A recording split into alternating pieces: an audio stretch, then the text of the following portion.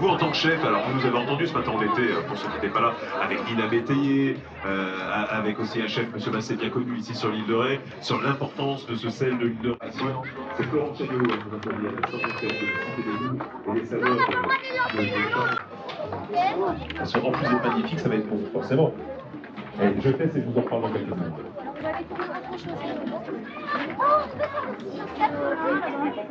Pour cette réalisation,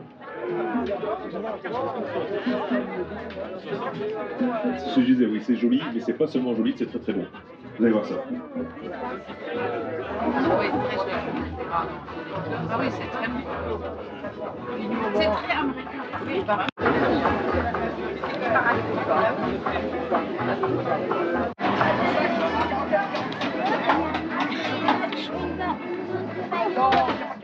On est les visites, ça marche fort, les visites d'ailleurs. Le rapport à la mer, lui, va changer considérablement avec une cohorte de Happy Few. Et puis, nous allons commencer à goûter le bord de mer, simplement pour changer d'air. Et cette mode des bains de mer va gagner le nord de la France et redescendre ici, forcément jusque sur l'île de Ré. Et qui va développer tout cela? Qu'est-ce qui va développer la voie des bains de mer? Eh bien, c'est le train, tout simplement. En 1837, on crée la première ligne ferroviaire. En 1847, on relie Le Havre à Paris. On rapproche maintenant les villes du continent. Et on rapproche les villes, du bord de mer. Ce sont des gens de conditions qui arrivent maintenant sur l'île de Ré. Des gens qui arrivent, monsieur, avec une domesticité. Ce sont des gens importants. On vient juste goûter l'air marin. Plus tard, on viendra bagoter. Le docteur Bagot, praticien à Roscoff, avait prescrit que ces dames relevassent leur jupe à la hauteur de la décence de l'époque. Il n'y avait pas de quoi fantasmer messieurs. Et ces dames, simplement, trempaient leurs pieds dans l'eau. Et puis on va commencer à goûter l'eau de mer maintenant. Nous allons faire le bain à la corde. Pour cela, on plantait des piquets de bilot de la plage qui descendaient vers la grève, et ces dames et ces messieurs s'accrochaient tout simplement à cette corde afin de ne point choir dans l'eau. Sauf, monsieur, que le maillot de bain n'a pas été prévu. À l'époque, les premiers gens se baignaient nus, et du reste, personne ne venait les voir. Les hommes se baignaient parfois avec des caleçons blancs qui, au sortir de l'eau, donnaient le résultat désastreux que vous pouvez imaginer. Alors, quand une dame traîtresse ne faisait pas choir le dit caleçon jusqu'aux chevilles, à la grande épouvante de ces dames. Et puis arrive Marie-Caroline de Bourbon-Sicile.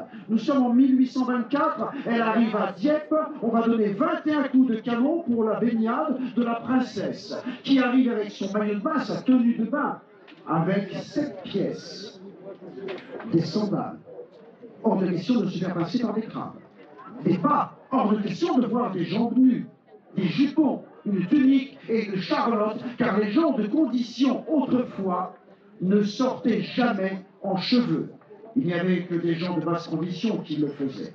Après, le maillot de bain va se rétrécir comme peau de chagrin. Mesdames, vous devez votre maillot de bain une pièce à Annette Kellerman, une nageuse olympique. Puisque nous sommes dans ces Jeux olympiques et paralympiques, eh bien c'est cette nageuse australienne qui va enfin avoir ce maillot de bain qui va dégager les épaules, car maintenant nous allons commencer à goûter à l'art de la flottaison, que l'on n'appelle pas natation à l'époque.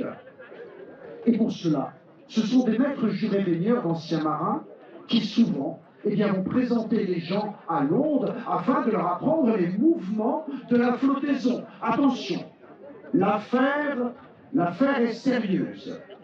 Le bain ne se conçoit que jusqu'au 2e frisson, le premier en rentrant dans l'eau, et ensuite à la suffocation suivante, il fallait ressortir de l'eau sous peine des désagréments les plus funestes. Et le docteur Lecoeur avait prescrit que le corps devait entrer d'une seule dans l'eau afin que la pression du liquide soit égale sur le corps en même temps, sous peine, là encore, des désagréments les plus graves. Et ces dames arrivaient avec ces tenues de bain, d'abord arriver avec leur tenue de ville et se changer dans des cabines que l'on importait maintenant sur le bord de la côte.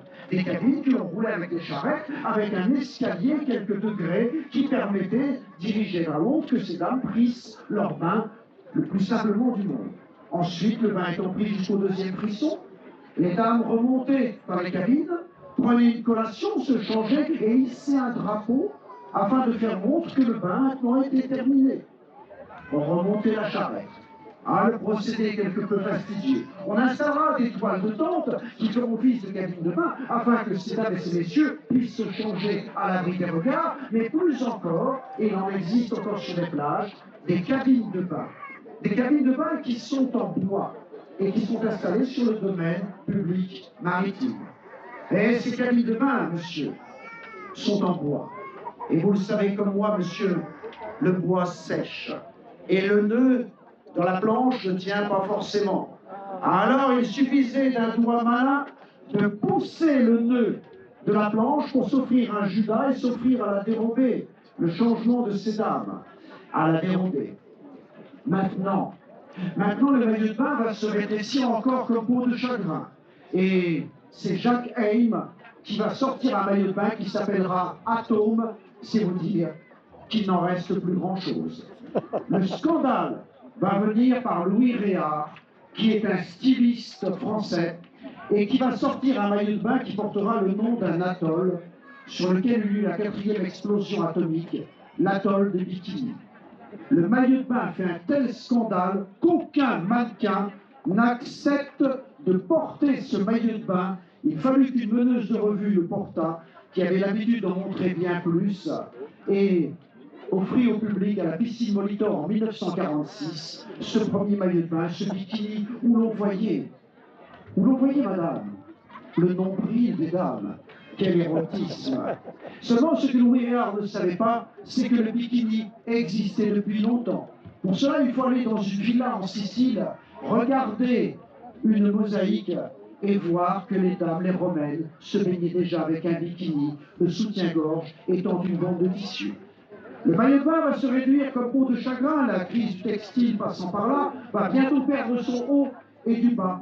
N'en reste plus guère que l'étiquette qui constitue l'essentiel du tissu du dit maillot de bain. On va se baigner maintenant, mais on ne bronze pas encore. Les gens de condition se devaient d'avoir un teint de porcelaine. Et qui va lancer la mode du bronzage? Eh bien, celle qui est aux manettes. Toujours de la mode. Coco Chanel. C'est elle qui va lancer la mode du soleil maintenant.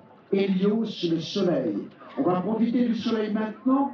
Jean Patou, en 1927, sortira l'huile de Caldé et L'Oréal, l'ambre solaire, en 1935. Seulement voilà qu'arrive un drame, madame. Voilà qu'arrive un véritable drame. Nous sommes en 1936. Des Français, madame, en casquette, des pauvres, maintenant, pour venir partager nos plages. La chose est absolument intolérable. Et oui, avec le Front populaire maintenant, eh bien, ce sont des gens de toutes conditions qui vont arriver sur les plages. Et aujourd'hui, tout le monde veut avoir ces stations balnéaires. Et autrefois, tout le monde voulait s'appeler plage, sur-bain, les mers. Et maintenant, pour avoir cela, il fallait avoir un casino, un syndicat d'intérêt local, l'ancêtre des syndicats d'initiative, et il fallait aussi avoir un éclairage public et organiser des fêtes estivales pour les estivants. Les estivants qui viennent juste en été, les vacanciers viendront pour leur période d'oisiveté, et les touristes de l'anglais Power, eux sont des touristes itinérants qui se promènent tout simplement.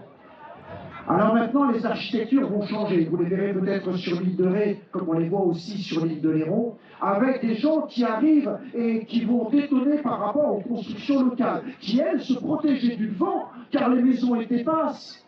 Les maisons étaient basses, monsieur, tout simplement parce que les gens n'avaient pas d'argent. Et construire une maison haute, monsieur, va requérir beaucoup de monnaie. Alors les maisons sont basses, se cachent derrière les dunes et on tourne le dos à la côte. Alors que maintenant des gens riches arrivent, c'est l'opulence sans complexe. Je suis riche et je vais vous le montrer. Nous allons avoir des villas de style anglais. Nous allons avoir avec des beaux windows. Nous aurons des styles landais, nous aurons des styles normands. Le duc de Morny va créer la station de Deauville et Napoléon III lui-même à Biarritz. Ne va-t-il pas créer un palais pour sa femme, l'impératrice Eugénie de Montiraud? Et on sera même la délicatesse, jusqu'à ce que ce palais vu du ciel forme la lettre E, E comme Eugénie de Montiraud. On va profiter du soleil, qui autrefois était considéré comme émollient, comme aujourd'hui on va en profiter, mais sachez qu'avant 1920, les grands hôtels de la Riviera n'ouvraient pas, car on considérait qu'il y faisait trop chaud. Maintenant, aujourd'hui, vous allez profiter de ce beau temps, vous allez profiter des produits locaux, des glaces, vous allez profiter du sel, et vous allez passer, j'espère, une excellente fin de journée. J'étais ravi de vous raconter quelque peu cette histoire. Merci mille fois. Bon salut à tous. Bravo! Bravo.